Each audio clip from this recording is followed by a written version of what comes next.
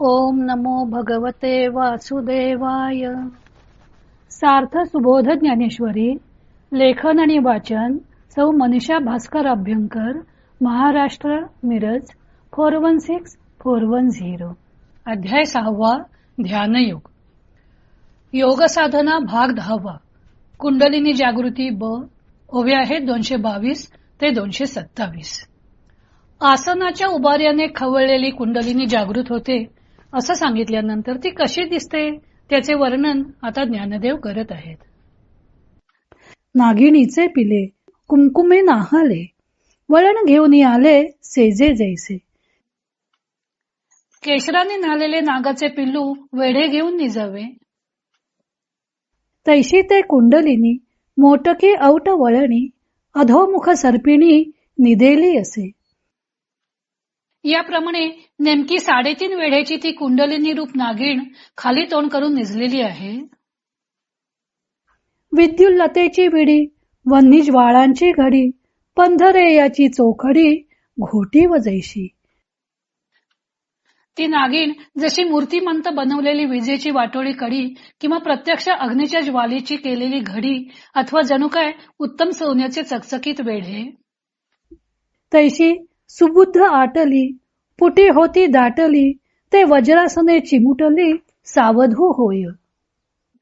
याप्रमाणे व्यवस्थितपणे आकुंचित असलेली व नाभीजवळच्या संकोचित जाग्यात ती वज्रासनाने दाटून बसलेली चिमट्यामुळे जागी होते. तेथ नक्षत्र जैसे उलंडले, की सूर्याचे आसन मोडले, तेजाचे बीज विरुढले अंकुरेशी.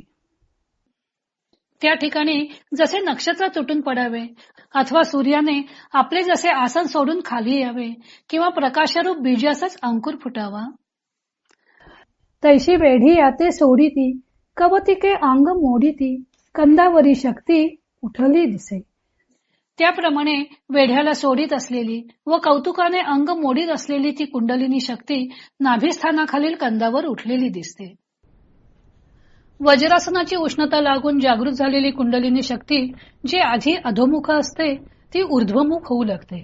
आपले वेढे सोडवत लीलया आपले अंग सरळ करत मूलाधारी ती खाली शेपूट व वर फणा केलेल्या नागिणीप्रमाणे उभी राहते. तिचं वर्णन करताना ज्ञानदेवानी 4 प्रतिमांचा उपयोग केलेला आहे. तिला पहिली उपमा दिली केशराने न्हालेल्या नागिणीच्या पिल्लाची. ही कुंडलिनी म्हणजे जणू काही केशराने न्हालेले नागाचे पिल्लूच. येथे नागाच्या पिवळट केशरट रंगाशी साधर्म्य दाखवले आहे. तिला नागिण म्हटले कारण ती 3.5 वेढे घालून अधोमुख होती. ती वज्रासनाच्या उष्णतेने जागृत झाली.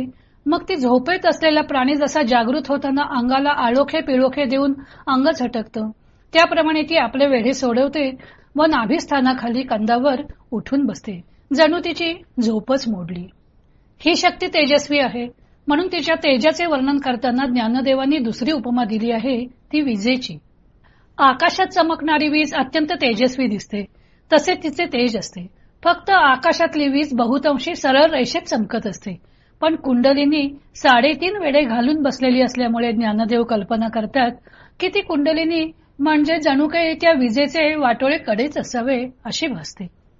तिसरी त्यांनी उपमा दिली आहे ती वन्नी ज्वाळांची घडी. अग्नीच्या ज्वालेची जणू घडीच. आता हिने आपले वेढे सोडवले आहेत व अधोमुख होती त्याऐवजी आता ती ऊर्ध्वमुख होऊ लागली आहे. अग्नीच्या ज्वाळा नेहमी वरच्या दिशेला जातात, त्या कधीही खाली तोंड करून नसतात. अधोमुखस्यापि कृतस्य वन्ने नाध शिखा याती कदाचित एव. खाली तोंड केलेल्या अग्नीची ज्वाला केव्हाही खाली जात नाही, तशी ती ऊर्ध्वमुख होऊ लागते, पण हळूहळू होत असते. म्हणून ज्ञानदेवानी अग्निज्वालेची घडी म्हटले आहे. हळूहळू वेढे उलगडून ती ऊर्ध्वमुख होणार आहे.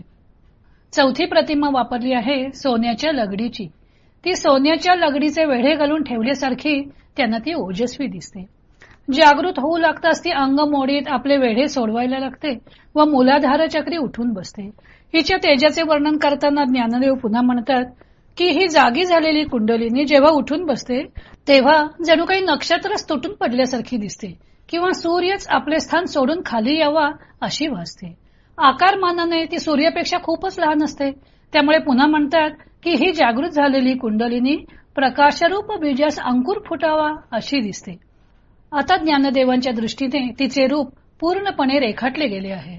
त्यामुळे ते उपमा उत्प्रेक्षा आवर्त्या घेतात व तिच्या कार्याचे वर्णन करू लागतात. तो भाग आपण उद्या पाहू.